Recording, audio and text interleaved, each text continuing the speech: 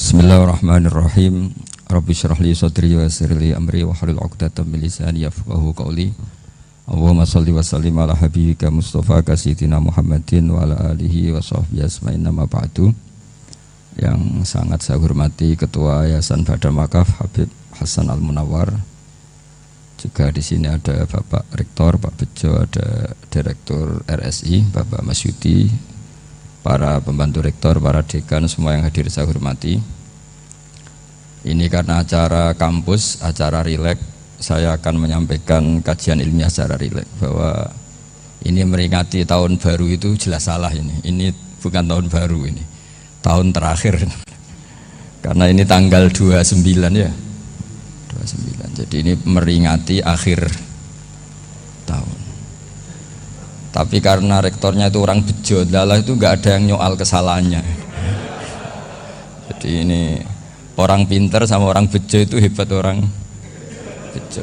Saya ini orang pinter, maka tahu kalau ini itu akhir tahun bukan awal tahun. Tapi saya ada orang bejo, pinter saya tidak terekspos sehingga orang tetap saja bilang ini peringatan awal apa? Tahun. Jadi menang orang bejo gitu.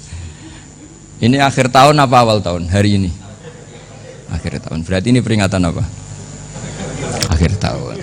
Hanya orang bejo yang kesalahannya tidak dikoreksi. Jadi ini alhamdulillah. Jadi ya, tapi ini kesalahan yang tidak maksiat, insya Allah dimaafkan Allah Subhanahu Wa Taala ini, karena kesalahan itu ada dua, ada kesalahan yang maksiat, ada kesalahan yang tidak maksiat. Saya punya komitmen terhadap agama ini, baik tadi yang dikatakan Pak Rektor, ada unsur ulama, ada unsur habaib, ada unsur pengusaha, ada unsur birokrat. Di antara kenangan-kenangan saya dari Syekhina guru kita bersama Kiai Haji Maimun Zubair, beliau itu sering dawuh, sering ngendikan, dan itu saya sampaikan juga ketika 7 hari wafatnya Agus Robah, cucu Mbah Maimun, putra Agus Subah. Di antara yang beliau katakan itu adalah sok hak agama itu sing gawe pegawai negeri. Itu berkali-kali beliau ngendikan gitu. Ya saya agak bantah. Lah kalau santri bah, ya santri karuan mesti gawe agama, tapi sok ben sing gawe pegawai negeri. Setelah saya jadi kiai dan penelitian, saya itu berkali-kali didatangi dokter, tentara, juga polisi. Mereka sering bilang gini, Gus saya ini dokter negeri.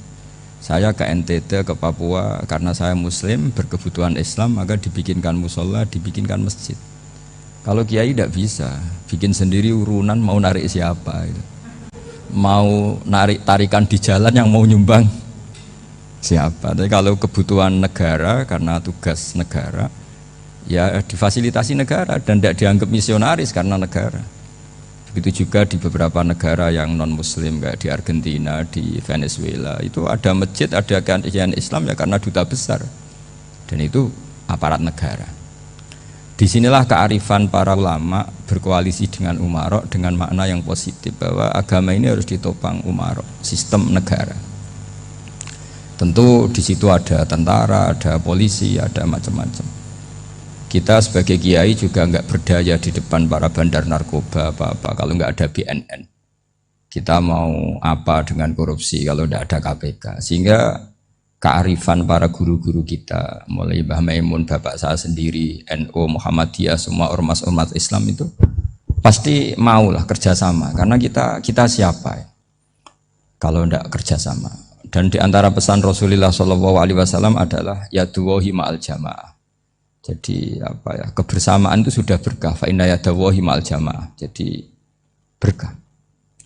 Lalu kenapa saya kalau ngaji bawa kitab ini agak sebetulnya itu lazim itu suatu yang harus, tapi karena kelamaan mubalek itu tidak pakai kitab, seakan-akan bawa kitab itu yang aneh. Sebenarnya aneh mereka, karena begini logika simpelnya ya, umat Nabi ini berhak dapat apa coba? Berhak dapat warisan yang paling luhur, paling hebat, paling jernih. Apa itu Quran dan hadis? Pertanyaannya, siapa yang paling punya hak otoritatif untuk menerangkan Quran hadis? Ulama. Ulama yang mana? Ya yang kapabel, yang sudah diakui dunia, kayak Imam Ghazali, Imam Bukhari, Imam Syafi'i. Artinya kalau kita tidak pakai materi itu, ulama mendapat pikiran kita, bukan mendapat pikiran mereka. Saya ulang lagi, kalau kita tidak pakai materi yang otentik, yang orisinil, umat ini mendapat pikiran kita, bukan pikiran mereka. Maka saya berusaha supaya teman-teman atau semua umat Islam dapat pikiran-pikirannya Imam Ghazali, pikiran-pikiran Imam Bukhari, pikiran-pikiran Abul Qasim Al-Junaidi, kejernian-kejernian Abu Yazid Al-Bustami. Kejernian itu diantaranya adalah misalnya makalah yang menurut saya itu makalah yang super. Jadi untuk ngadepi krisis karena COVID atau karena apalah, itu lama dulu sederhana sekali. Beliau-beliau punya rumus yang mungkin jarang didengungkan orang, tapi saya akan kampanye rumus ini. Al-istighna, hakikatul istighna, itu adalah al-istighna anis syai' labihi. Jadi pemenuhan kebutuhan yang sebenarnya adalah kita berusaha menghindari sebanyak mungkin kebutuhan yang sekunder, yang enggak penting. Bukan memenuhi semua yang kita inginkan. Jadi misalnya begini ya, kalau kita lapar, itu keinginan kita itu makan enak apa asal makan? Tentu jawabannya asal makan yang sehat. Tapi kalau nuruti nafsu kita, makannya yang enak, teman makan ya enak, terus di warung yang favorit. Ini kan satu kebodohan. Kenapa untuk makan saja butuh definisi sekian banyak? Yang kita harus kecewa, warung favoritnya bisa sudah tutup, atau kita ke sana harus macet, ribet. Yang benar-benar arif dan bijaksana itu adalah al-istighna anisya. Sesuatu yang tidak mendesak itu jangan jadikan kebutuhan. Sehingga kalau kita puasa misalnya, semua makanan itu enak karena kita sangat lapar. Sehingga Abul Qasim Al-Junaidi ketika ditanya, ma idamu to'am, lauk makanan itu apa? Jawabannya lucu, alju, lapar. Kalau kamu lapar ya semuanya enak. Ini sudah mulai hilang. Kita bilang makan enak itu ya sate, ya gulai, ya pizza yang kita senang. Akhirnya apa? Untuk nikmati nikmatnya Allah itu kita jadi ribet. Apalagi yang orang-orang fasik harus ditemani perempuan yang tidak halal misalnya, atau harus ada ajudan, ribet. Nah pertanyaannya, orang yang ribet sama yang nggak ribet itu pinter mana? Pinter yang nggak ribet. Nah ini kearifan-kearifan yang mulai hilang. Lalu siapa yang bisa mewarisi itu? Ya ulama. Jadi ulama itu cara berpikir sebenarnya simple. Makanya mereka sering kalau tahajud itu, di antara makalah Sayyidina Ali paling terkenal dan yang menjadikan beliau punya derajat yang luar biasa, itu adalah kafani izzan antakuna li robban wa kafani fakhron an akuna laka abdan. Ya Allah, saya ini sudah begitu mulia, begitu terhormat dan sangat-sangat terhormat karena yang menjadi Tuhan itu Engkau.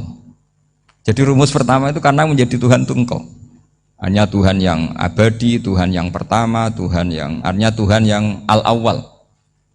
Coba ya Allah, kalau saya ini punya Tuhan Fir'aun, punya Tuhan mati jadi tontonan lagi, itu kerennya di mana coba? Andai kan kita punya Tuhan Fir'aun.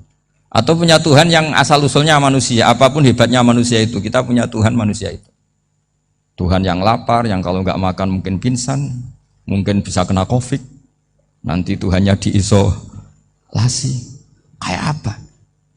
Makanya ketika Tuhan Allah menyindir ketuhanan selain Allah itu, Allah hanya menyindir dengan kalimat sederhana, kana yakulanit to'am, yang kamu tuhankan itu masih makan.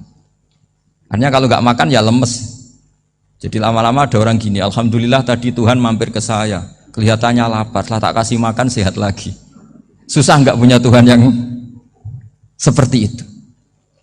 Beda dengan Tuhan kita, Tuhan yang nggak butuh makan, nggak butuh minum, al-qayyum, zat yang berdiri sendiri tanpa butuh yang lain, al-awwal. Sebelum ada langit bumi sudah ada Tuhan kita yaitu Allah. Bandingkan dengan Tuhan-Tuhan yang dipertuhan yang lain, yang adanya setelah bumi, misalnya Fir'aun dan sebagainya.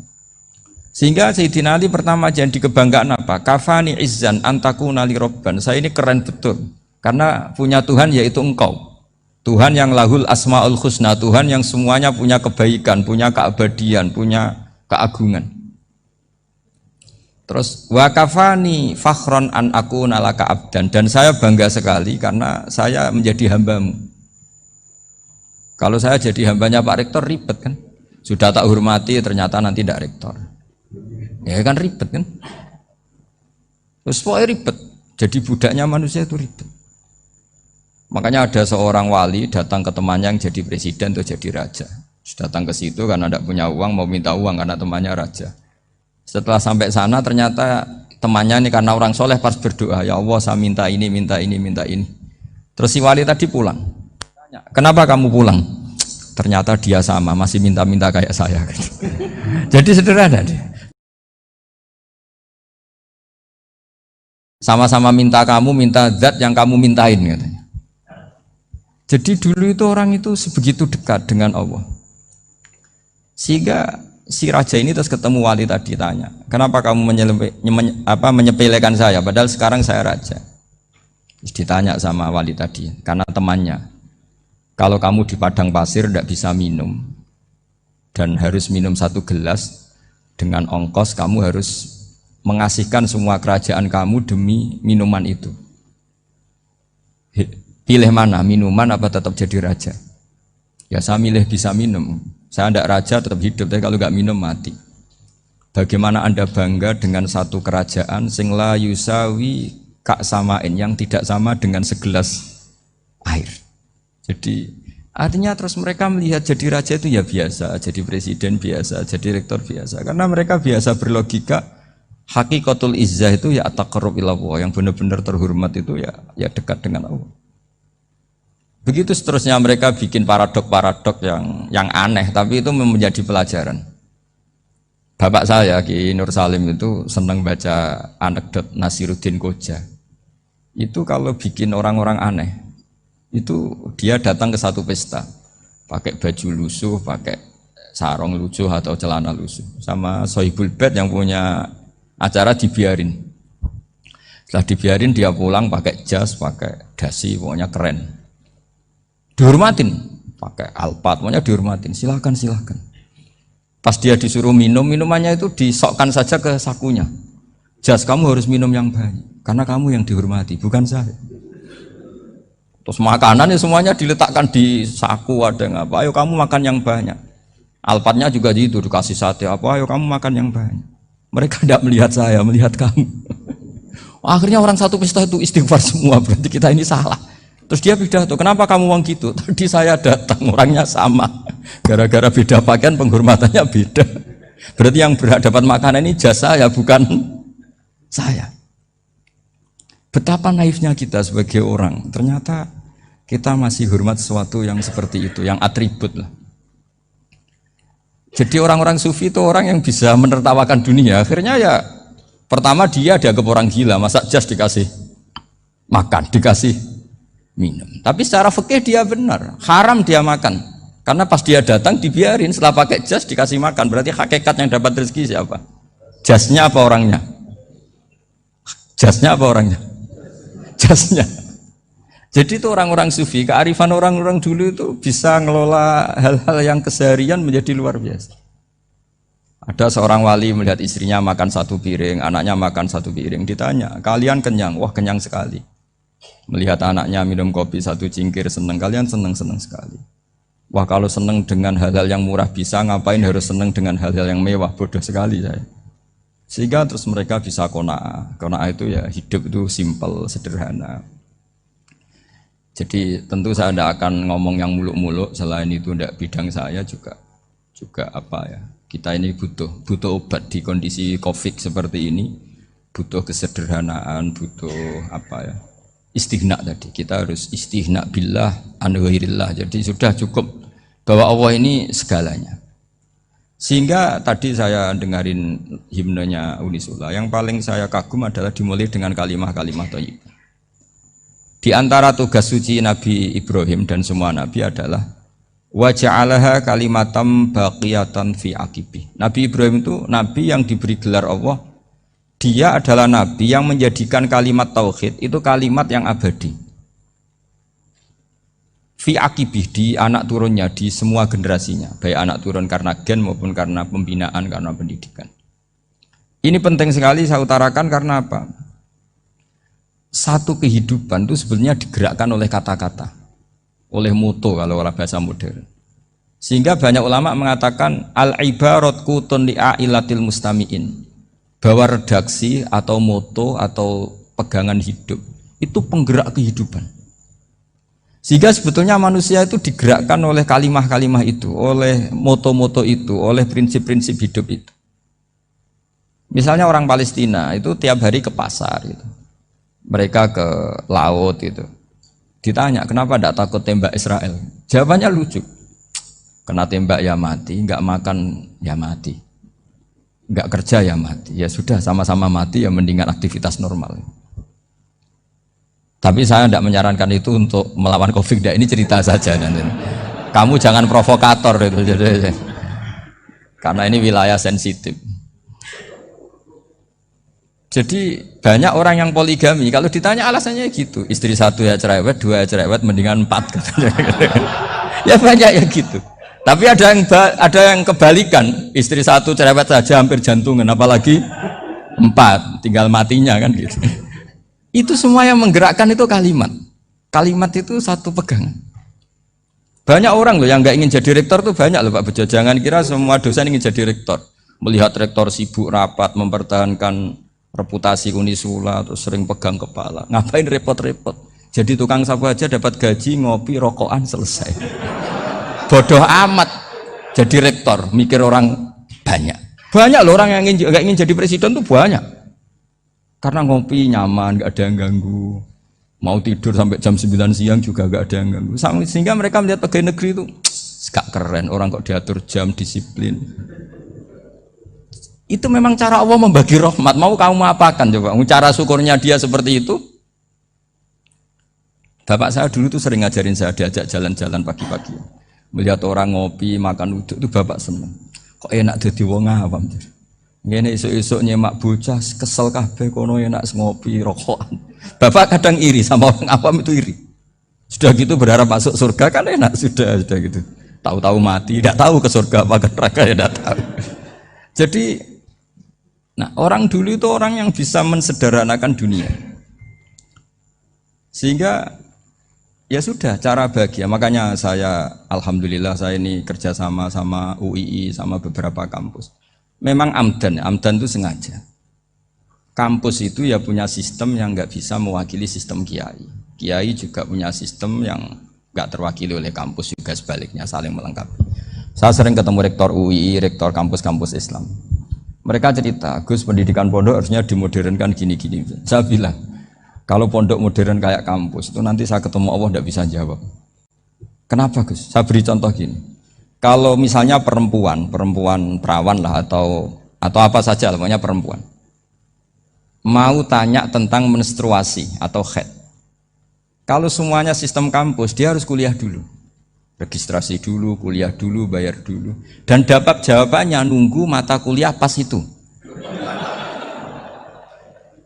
Bandingkan kalau sistem pondok, saya tuh sering ke pasar sama anak saya dicegat sama ibu-ibu, Gus, anak saya ngalami gini-gini, keluar darah terus menerus, nggak 6 hari tapi 1 bulan penuh. Itu hukumnya apa Gus ya? Nanti saya mau sowan ke jenengan. Nggak usah sowan, di sini aja. Ya sudah. Sebelum mengeluarkan darah yang rutin seperti itu biasanya haidnya berapa hari? 6 hari, ya sudah ikut yang 6 hari, yang lainnya istikhadah. Ngoten tok Gus, ya udah ya. Begitu terus di masalah udhiyah. Coba kalau semuanya pakai sistem kampus, daftar dulu, bayar dulu. Jadi ini nggak ada jawabannya, nunggu mata kuliah itu. Baru dapat jawaban, itu biasa nggak sholat bertahun-tahun karena belum ada jawaban tentang itu.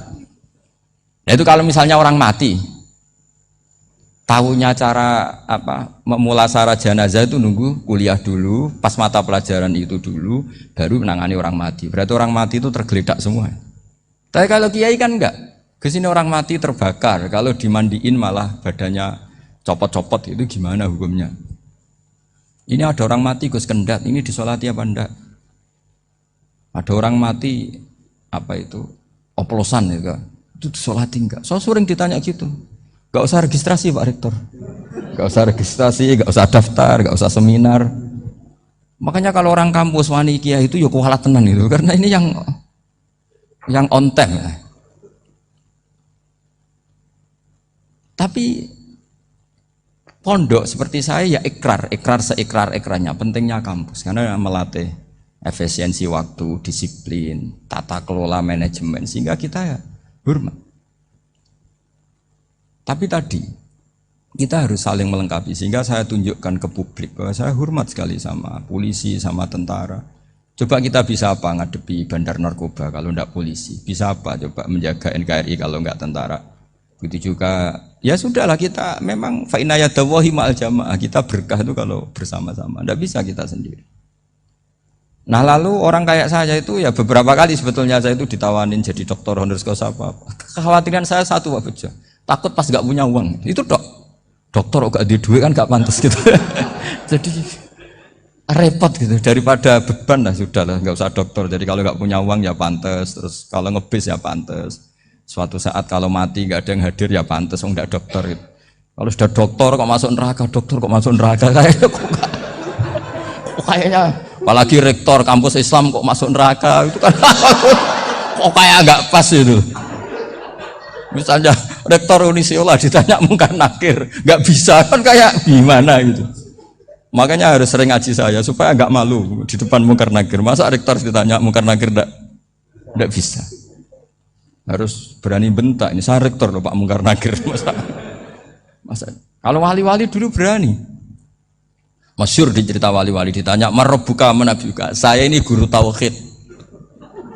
Kok kamu tanya marabbuka manabuka yang ngotok? Kamu tidak pernah ngaji, enak aja tanya. Jadi wali-wali itu ya rileks ngadepi mungkin. Saya akan rileks wali di Bang Pak Rektor. Saya yakin itu. Karena wali itu lebih dekat Allah.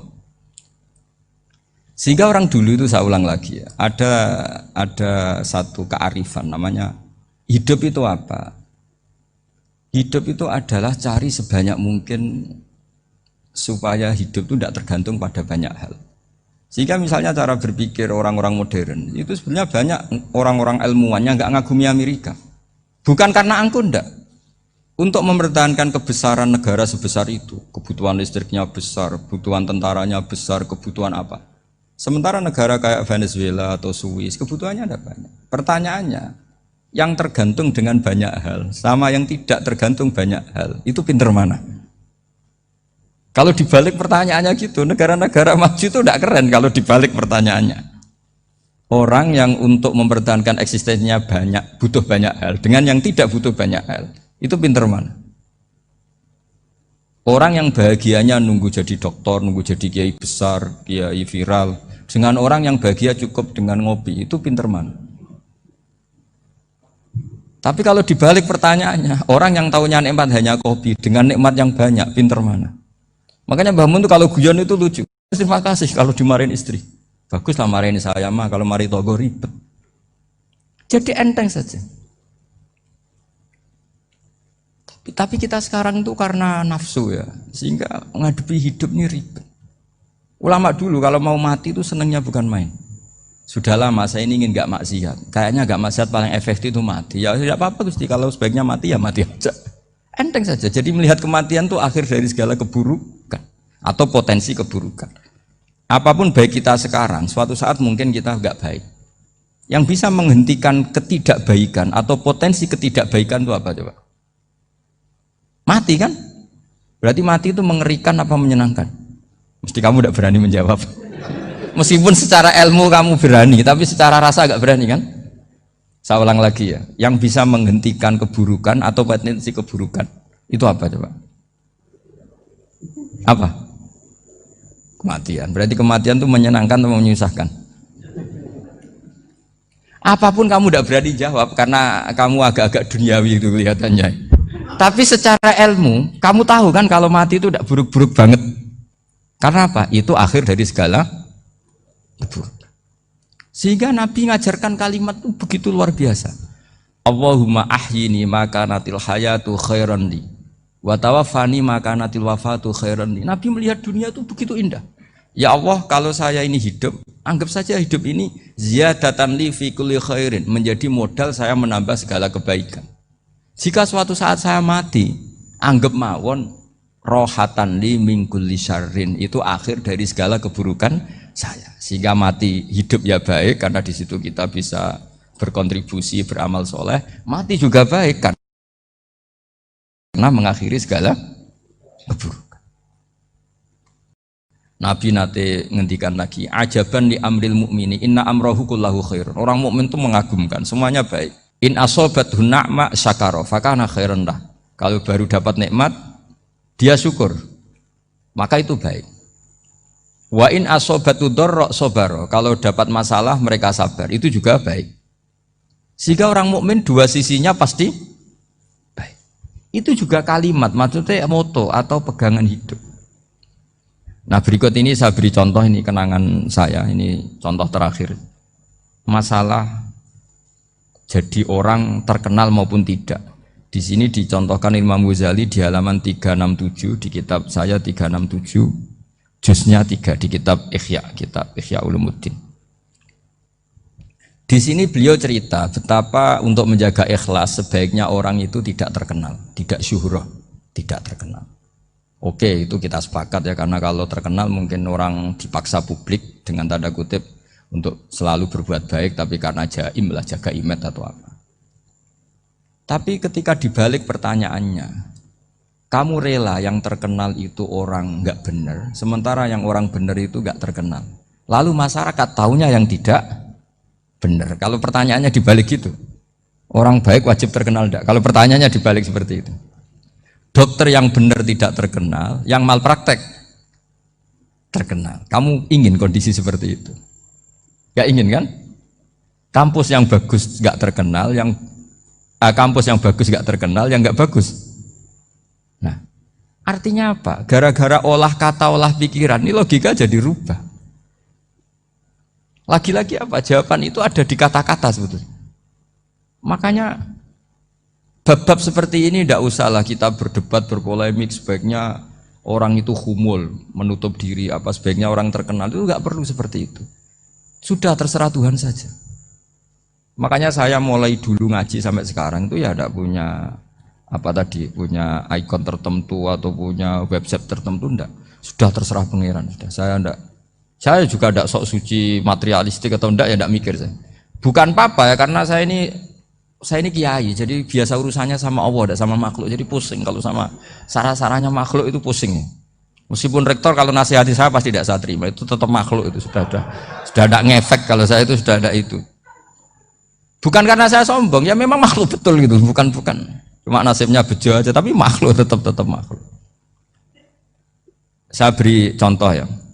Ini makalah yang ditulis Imam Ghazali. Ya. I'lam aslahaka Allah anna aslal jah wa intisarus sayyid atau sayyidi wal istihar wa huwa mazmum itu. Balil mahmudu al khumulu illa man saharahu wa ta'ala linasri dini min ghairi takallufi talabi syuhrati minhu. Jadi kalau kamu ingin ibadah kamu selamat, ya kamu jangan terkenal. Tapi resikonya adalah kalau kebaikan itu tidak terkenal, maka agak dikenali. Kalau agak dikenali berarti masyarakat hanya punya percontohan yang tidak baik, karena yang baik tidak terkenal. Jadi itulah ulama-ulama dulu. Jadi apa-apa itu dibanding-bandingkan. Kemudian nanti kelihatan, jawabannya itu kelihatan. Jadi ulama dulu itu biasa ngarang misalnya afatun nikah, sisi negatifnya nikah. Harus ngurmat istri, harus macam-macam, kalau terlantar itu ya dosa. Seperti tadi Pak Marsudi cerita, kalau orang ngapalkan Quran itu takut lupa, kalau lupa itu jadi dosa. Pertanyaannya, kalau semua orang takut lupa, takut dosa, semua orang nggak hafal Quran karena potongan-potongan lupa. Cara berpikir tidak seperti itu. Kalau berpikir ya namanya hafalan, ya inginnya hafal, kan nggak ingin lupa. Lah nanti kalau takdirnya lupa karena hal-hal yang dimaklumi oleh syariat itu enggak yang termasuk dosa. Yang dosa itu lupa liwiri udhrin syar'iyyin, lupa yang tidak ada sebab yang apa? Syar'i. Tapi lupa bawaan EQ-nya enggak bagus. Lupa bawaan sering dibentak. Oh itu enggak masalah karena bawaannya orang tertekan itu ya lupa. Coba kamu hafal Quran, terus punya kredit jatuh tempo. Pas hari itu aku yakin enggak cerdas sudah. Itu bawaannya orang tertekan itu pasti lupa. Jadi ya saya teruskan ya. Jadi terus ada makalah yang sangat bagus sekali tentang itu. Saya baca ya. Wa yadullu ala dzalika anna Allah azza wa jalla amaral anbiya'a bi idharil amali lil iktida wa khassahum bi mansibin nubuwah. Wala yajuzu ayyudhanna bihim annahum khurrimu afdhalal amalen. Jadi orang yang terlalu mendewa-dewakan khumul itu menutup diri. Oke, itu baik karena dengan khumul, dengan menutup diri Anda tidak riya, Anda tidak pamer. Tapi kata Imam Ghazali, kamu juga harus ingat di antara syaratnya Nabi itu harus mengumumkan kalau beliau itu seorang Nabi. Harus memaklumatkan kalau beliau seorang Nabi supaya bisa diikuti. Caranya sholat harus diumumkan sehingga Nabi itu mengatakan harus jamaah.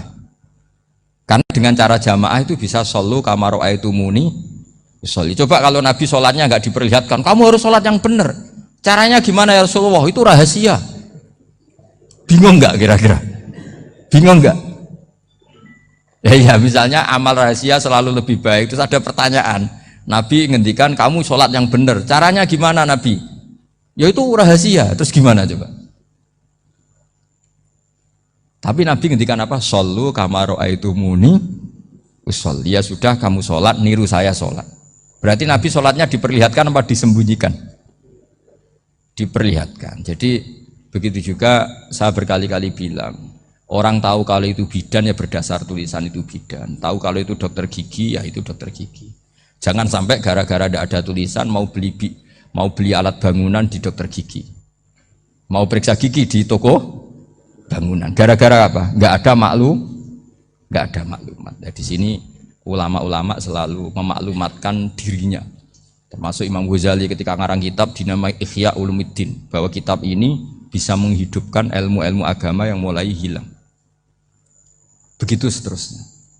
Jadi ini ngaji ya. Jadi orang itu harus ngerti. Jadi jangan nuruti emosi sendiri atau logika sendiri. Bahwa saya suka humul, ya monggo. Agama Islam menyediakan sarana itu. Uzlah itu ya punya sisi kebaikannya sendiri. Tapi syuhrah terkenal asal tidak nuruti nafsu juga punya sisi kebaikannya sendiri. Setidaknya umat ini punya satu master kebaikan yang mudah diakses.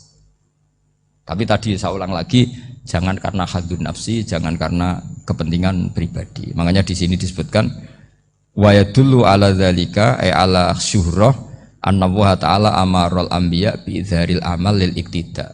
Allah selalu memerintahkan para nabi kalau ngamal kebaikan ya harus dimunculkan supaya bisa ditiru. Yaitu tadi kita tidak bisa bayangkan kan kalau misalnya Nabi menyuruh kamu harus sholat yang benar, kemudian sholatnya Nabi sembunyi.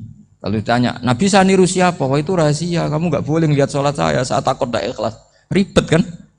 Sehingga jamaah itu statusnya tetap harus. Nah bedanya harus ini ulama berpendapat harus yang apa? Fardu kifayah. Tapi fardu itu maknanya harus. Tapi bukan berarti kalau nggak jamaah sholatnya nggak sah, nggak. Tapi statusnya jamaah tetap apa? Harus. Nah barokahnya harus ini orang yang baru sholat, sholatnya langsung benar karena ada yang diikutin. Coba kalau mantan dukun baru sholat terus sholat sendiri, itu mesti mirip mantra ya. Karena dia tidak ada master percontohannya. Tapi barokahnya ada master, orang paling bodoh pun kalau sholat ya benar, karena standar ada komandonya, ada imamnya. Sehingga Imam Ahmad malah berpikir keras, syarat sahnya sholat itu harus jamaah. Cara pikirannya Imam Ahmad keras sekali beliau. Jika kalau orang sholat sendiri kok ada orang lain yang maunya berjamaah harus bayar, orang itu harus bayar demi sahnya sholat. Itu madzhabnya Imam Ahmad. Tapi kalau madzhab Syafi'i hanya mengatakan itu fardu kifayah, yang kalau satu komunitas gak mau melakukan semuanya apa? Dosa. Ya jadi ini sebelum sesi ringan tanya jawab, hanya 2 saja tanyanya, nggak boleh banyak-banyak, nanti nggak pulang-pulang saya. Jadi tak baca lagi biar dapat berkahnya Imam Ghazali. Wa qala qaumun asirru afdalu minal alaniyati. Terus kata sebagian ulama al alaniyah itu afdal minas sirri. Terus diperbandingkan baik yang mana amal dipertontonkan sama ndak.